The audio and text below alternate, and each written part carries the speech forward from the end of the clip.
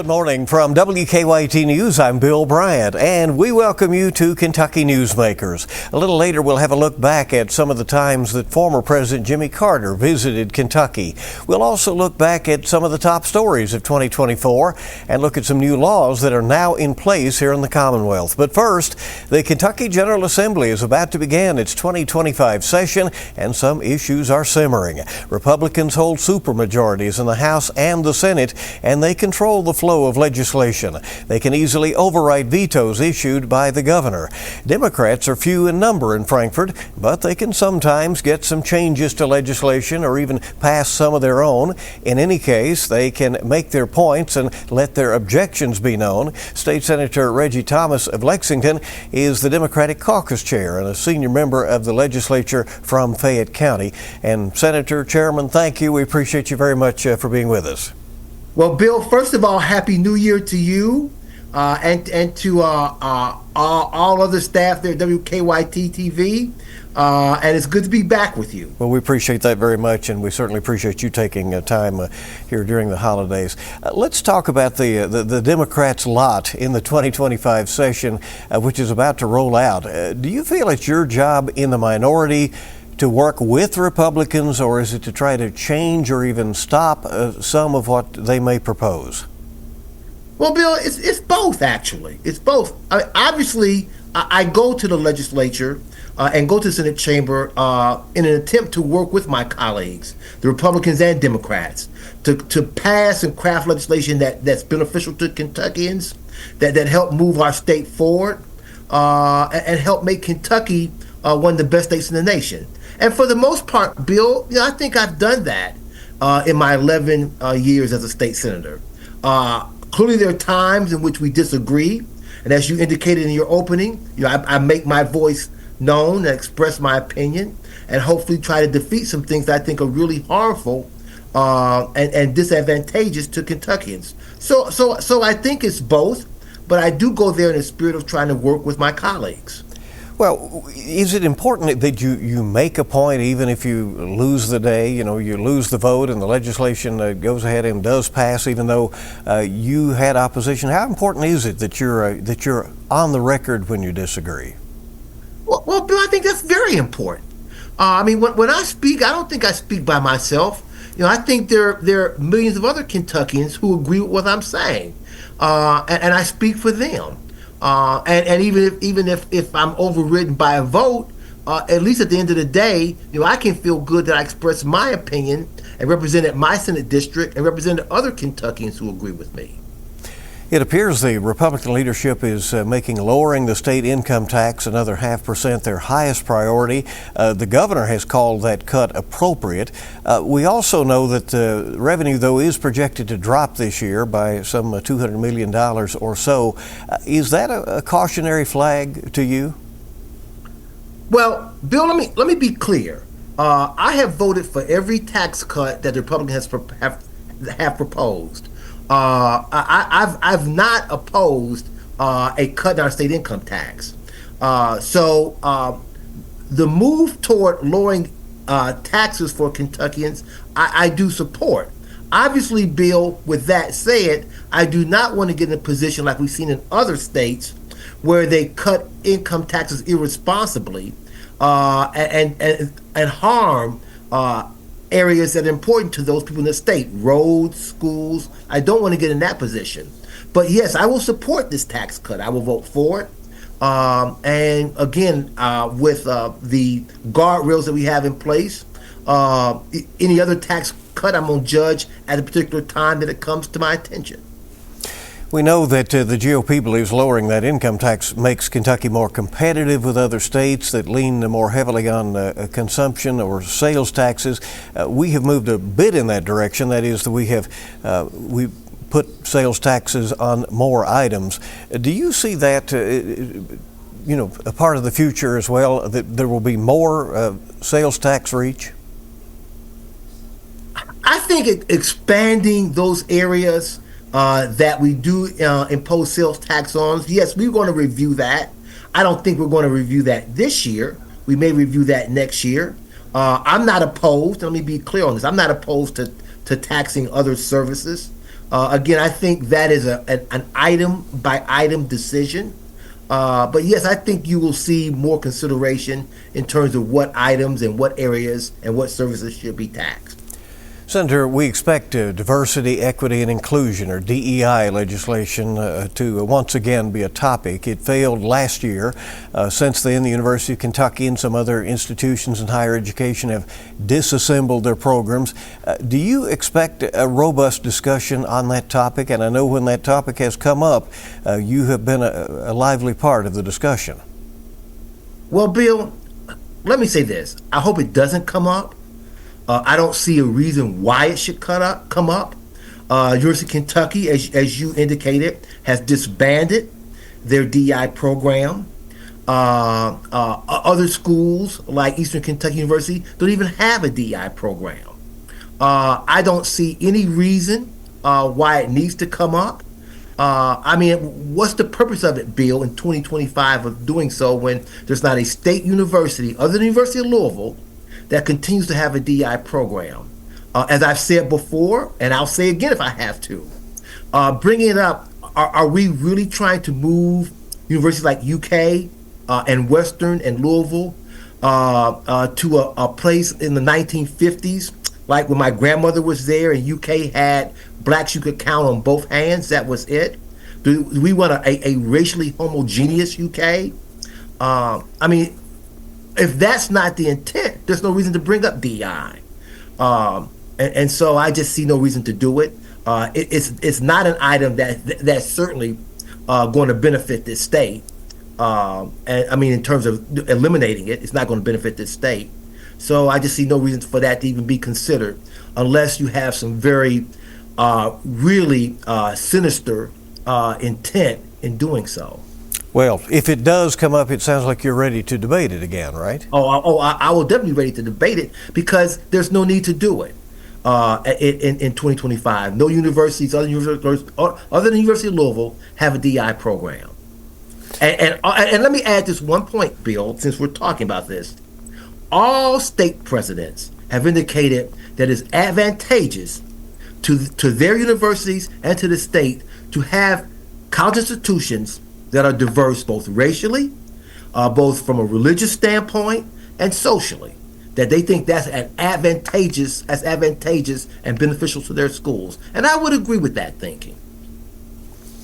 All right, Senator, we know that affordable housing remains a top concern for Kentuckians, and there are lots of factors in that. Do you expect the legislature to try to tackle affordable housing? And I mean, that runs the gamut from local zoning issues to can somebody actually make a profit in the sector that's considered affordable home building? Well, Bill, I do hope we consider affordable housing. As you know, last year we passed a $10 million affordable housing project here in Fayette County that's being considered and planned now out there at the intersection of North Broadway and I-75 and I-64. I think there's some issues to consider, Bill, and I'm really glad you brought this up. A couple I'll say because I know we're time sensitive here. One is that we don't want to create affordable housing in a way that's going to harm the neighborhoods nearby.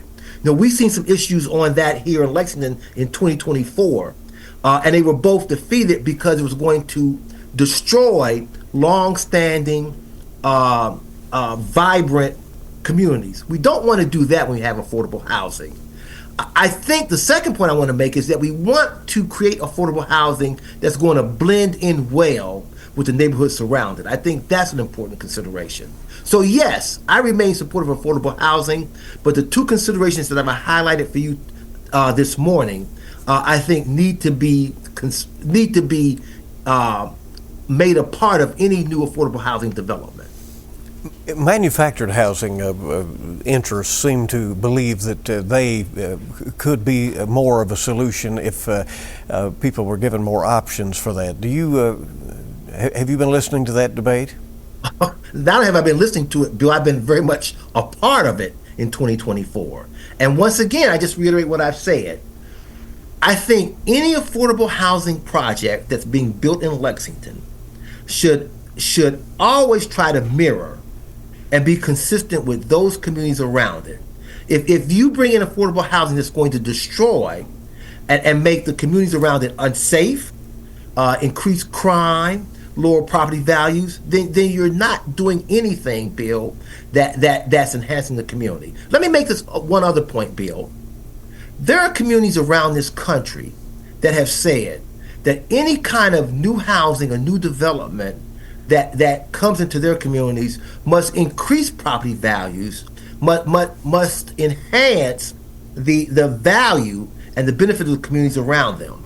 I would urge Lexington going forward, and this won't be the first time you hear me say this, make that a policy in terms of the expansion of this community, increasing the urban services boundary, that we want to bring in housing that's going to enhance property values and the beauty of our community surround it, not lessen it, not weaken it, not destroy our current communities. Interesting. So you'd like to see that be the policy? Absolutely. Yeah. That when we add new housing here in Fayette County, because Fayette County is really, Bill, a lovely community. We have beautiful housing here in this community, and it's a very vibrant community. And I want to keep Fayette County in that mold, as where we have lovely communities that are close knit, communities that work well together,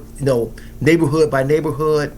And I don't want to see housing brought in that's going to lower property values, add crime, and turn Lexington into some communities that we make critical comments about around this country. All right, interesting perspective. Senator Amanda Mays Bledsoe is pushing for a framework of rules for the use of artificial intelligence in Kentucky. Does that need to be a priority right now, Senator? Well, Billy, as you probably know, I sit on that committee. I was a member of the AI task force. Yes. In 2024, and in my newsletter that I send out across the state, I talked about that several times. AI should be a priority, Bill, and again, I got to be careful because I know we're time sensitive, but there are a lot of considerations to take into account. First and foremost, I want you and your viewers to know that I support AI. I think we've got to have it. It's coming, and most importantly, it's good for our national defense. And the security of our nation is first and foremost. And we've got to keep up with AI to make sure that countries like Russia and China don't overtake us in that area. With that said, of course we got to monitor it. Of course we got to be knowledgeable about its new uses and potential harms it could cause, and find out ways to address that. But yes, you will see some legislation in Kentucky in 2025 dealing with AI. Do you anticipate further discussion on the state's near total abortion ban? There was a bipartisan bill proposed last year to provide exceptions for cases of rape or incest. It did not go anywhere. Do you anticipate that to be debated again in this session? I think we're going to bring it up as Democrats. It's not going to be one of our top agenda items, but I think we're going to bring it up, absolutely. I'm a strong believer that women should have control over their own health care decisions and reproductive rights. And I'm always going to be a defender of women's rights in that area. So, yes, we will bring that up at some point. Again, it's not going to be one of our chief agenda items, but yes, you will see that debated or encouraged debate by Democrats in the General Assembly. Senator, is there a particular piece of legislation we will see from you, or something that you are very interested in seeing passed this year? Okay. Thank you for asking that question, Bill. I was hoping you would ask that. I have a 10 agenda item. I don't have time to go through all 10, but there are a couple I want to bring up this morning for people in Fayette County and the surrounding counties to consider. One, Bill, I have always been an advocate for increasing the minimum wage. I'm not going to stop in 2025, even though there's a supermajority of Republicans in the General Assembly. We've got to acknowledge that no one can live on $7.25. And I'm going to bring that legislation forward once again. I'm going to be adamant about it being considered and moving the minimum wage bill at least to $15 an hour, so that all working Kentuckians can have a chance to support their families, add to their own income, and have a decent way of life. The other thing I want to bring about, Bill, that's not gotten a lot of consideration, but should, is having red light traffic cameras here in Kentucky.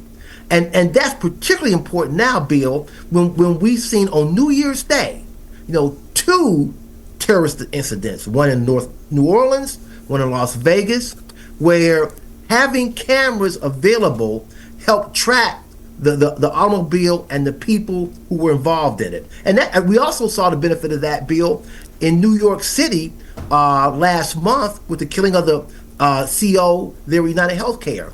Red light cameras are a major security protection for people in Lexington and in surrounding communities, and we should have that. Senator Reginald Thomas, thank you so much for being with us today and giving us some perspective on what you'll be talking about in the session that's upcoming as the chair of the Minority Caucus in the State Senate. Thank you very much. Thank you, Bill, and I look forward to seeing you again. Thank you. And we'll be back in just a moment as WKYT's Kentucky Newsmakers continues.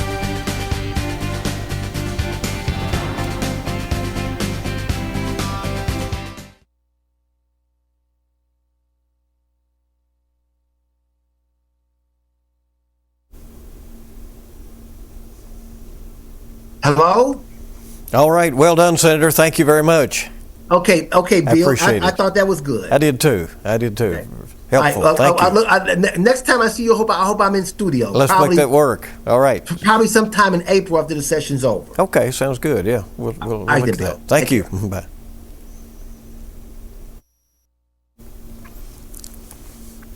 And we welcome you back to Kentucky Newsmakers. The nation is remembering former President Jimmy Carter. This weekend, mourners are paying their respects at the Carter Presidential Center in Atlanta.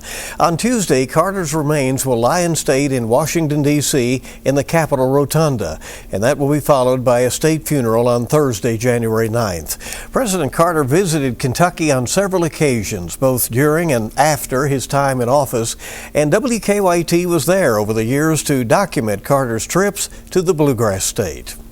Bardstown was ready for President Carter. Suddenly the atmosphere changed. A murmur grew into excited shouts. Jimmy Carter had arrived. It quickly became apparent that the crowd was closing in, so Mr. Carter was ushered back. Undaunted, he climbed up onto the top of the limousine to wave. Kentuckians have put their best foot forward today. The hospitality of Kentucky has been at its finest. If the president was to come to see Kentuckians, no doubt he had to see Kentucky coal. And this is as good a place as any to be to see where Kentucky coal can be treated properly. Scrubbed, cleaned up, and proper for an energy use. I want Congress to give me the authority to require utility companies to cut in half their use of oil and to switch to other fuels, especially coal. The arrival of former President Carter was one of the biggest and best-kept secrets in town today. He emerged into the hall and expressed to me his concern over Mideast problems. He commended the efforts of the Catholic bishops for taking a stand on nuclear disarmament, a problem that has seriously changed since his leaving office. There was a general feeling around the world that we were actively seeking nuclear arms control. Would you attribute that to Reagan? Well, I think at that time there was no doubt that the only obstacle to nuclear arms control success was in the Kremlin, in Moscow. And I think now there are a lot of people who feel that both sides are not carrying out their full responsibilities. The signs proclaim this special day in Williamsburg. You know, I've never met a Democratic president. But any nervousness was erased immediately when that famous Jimmy Carter smile gleamed toward an anxious crowd. Wherever there is a small flame of truth and dedication and service and moral standards, it needs to be fanned into a more significant light. This day of big events behind them, the people at Cumberland College will now go back to their regular work of educating young people, and people in Williamsburg will go back to their routines. But they'll all long remember this day when a president came to town. The sounds of hammering, sawing, drilling, and conversation fill the air at Chloe Creek in Pikeville. With the signature red bandana tied around his neck, former President Jimmy Carter is hard at work. We're here to build 52 houses with President Carter in 6 locations in eastern Kentucky and 1 in Tennessee. Jimmy Carter, former president, former farmer. It's really a heartwarming thing. The different backgrounds blend together here at a Habitat for Humanity work site. It's one of the most memorable things that we have ever done in our lives, is to work side by side with a family that Monday morning they really can't quite believe, that Friday afternoon I'm going to have my own house. Lots of trips to Kentucky by Carter, and those who met the former president in other ways are sharing their stories. In 1997, some Kentucky men got the chance to visit Jimmy Carter at his home in Georgia. Mitchell Toll and Janton Barano were there to sketch and film him for a project with Habitat for Humanity. WKYT's Alyssa Williams shares their account of that visit. The first phone calls came from some folks associated with Habitat. They were wanting to document their Jimmy Carter's 2-decade-long association with them at that time. It's an opportunity very few ever get in their lifetime. And I never was one to pursue portrait commissions. So whenever the Kentucky governor wanted me to do their portrait throughout the years, I would always craft a very nice letter that said no thank you. But when Jimmy Carter personally requested the talents of Kentucky artist Mitchell Toll, Toll eventually obliged. But he told Carter's people he had a tall order for Carter in return. He wanted to visit him in person. She goes back and tells Jimmy that very thing and comes back and he said, yes, he wants you to do this. That's when Toll, former WKYT photojournalist Janton Barano, and another photographer loaded up to take a road trip to Carter's Georgia home. By the time we get in, we are nervous, and they open the gate and there's Jimmy and Rosalind, and everything changed. It's like going to visit your grandparents. So at that point, he says, you've come a long way. Why are you here? My people could have sent you 1,000 pictures.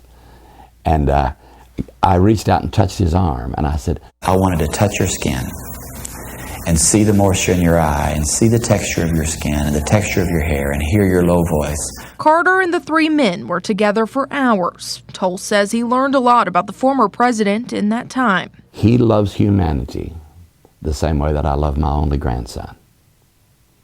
There was something about his passion for people, his passion for the hurting, and he was also concerned with his own frail human inability to fix it. When Carter and the men wrapped up their time together, the painting came to life. While many might only see a portrait of a former president, Toll and Barano say they see a kind man with a lasting legacy. He would tell you that he didn't have the greatest presidency, but how he has helped change the world, I think, for the better, has really made a difference. Alyssa Williams, WKYT. Toll says that prints of the painting that he did sold for millions of dollars and helped build homes for people in need. Barano did a news story on their time with Carter, and it went on to win 2 Emmys. Well, coming up, we'll take a final look back at the year of 2024 and some of the top stories we covered over the last year. We'll wrap up Kentucky Newsmakers in a moment. Welcome back to Kentucky Newsmakers. With 2024 in the rear view now, it can be easy to forget everything we've been through over the last year. WKYT's Kelsey Soto takes a look back at some of the top stories. This holiday season looked a lot different for many families, like the Gordons, who lost 2 children and 2 adults in a fire in Casey County back in January. Will I ever get over it? No. Will I still cry a lot and remember everything they ever did with me? At least 46 Kentuckians died in house fires in 2024. How about this viral March moment of sweetness? Some Lexington firefighters jumping in on a dance party outside of Baskin-Robbins, where 2 young girls taught them the moves to Cotton Eye Joe. I'm with you. They got a call for service and had to ditch their dessert, but the family made sure to send some ice cream to the station that they can enjoy later that evening. It was a brutal blow for Big Blue Nation. Longtime head basketball coach John Calipari announcing in April he was leaving Kentucky after 15 seasons. For weeks, speculation and rumors swirled. WKYT captured this moment after the decision. Right now, you want to say anything? Yeah, no, I'm good. I'm good. Come on, Paul. Cal went on to Arkansas, and UK brought home a champion, Mark Pope. Another shock to the sports world came in mid-May when the #1 ranked golfer in the world was arrested in Louisville moments before his tee time. Scotty Scheffler was taken into custody by police during a chaotic situation after a tournament worker had been hit and killed earlier that morning. All charges were later dropped. September kept the Commonwealth in the national spotlight for weeks. 5 people were shot on I-75 in Laurel County, and a massive manhunt ensued. Law enforcement spent 12 days combing the woods looking for 32-year-old Joseph Couch. But it was the discovery of a local bounty hunting couple on a date night that led to the suspect's body. The McCoys were given $35,000 for their effort. That same week, a Kentucky judge was shot and killed in his own chambers, and video appears to show the sheriff pulling the trigger. Letcher County Sheriff Mickey Steins has been charged with the murder of District Court Judge Kevin Mullins. In October, we shared the puzzling story of a family who learned their loved one had woken up just before organ donation surgery. A whistleblower testified before the House Energy and Commerce Committee about a lack of regulation and oversight in the organ procurement industry. 3 crew members aboard an air evac flight died in a helicopter crash in Owen County. Gail Allman, Bethany Aiken, and James Welsh were on their way to pick up a patient when that accident happened. The FAA says the pilot hit a guy wire and the helicopter caught fire after crashing. Later that month, a gruesome scene unfolds in the state's smallest county. Witnesses found a dismembered body in the backyard of a Robertson County home. Investigators say Toralina Fields murdered her mother, Trudy, and then mutilated her body. A touching gesture from a stranger in November, changing the life of a grieving flood survivor.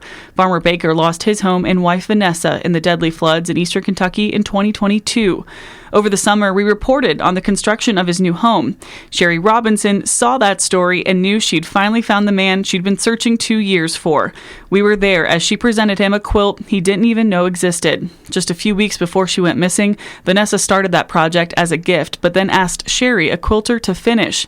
Now she's given back one piece to stitch together a broken heart. Okay. And that was Kelsey Soto reporting for us, looking back at a year that was in 2024. Stay with WKYT for the latest news and weather updates, and we do want to thank you for joining us for this edition of Kentucky Newsmakers. We hope you make it a good week ahead.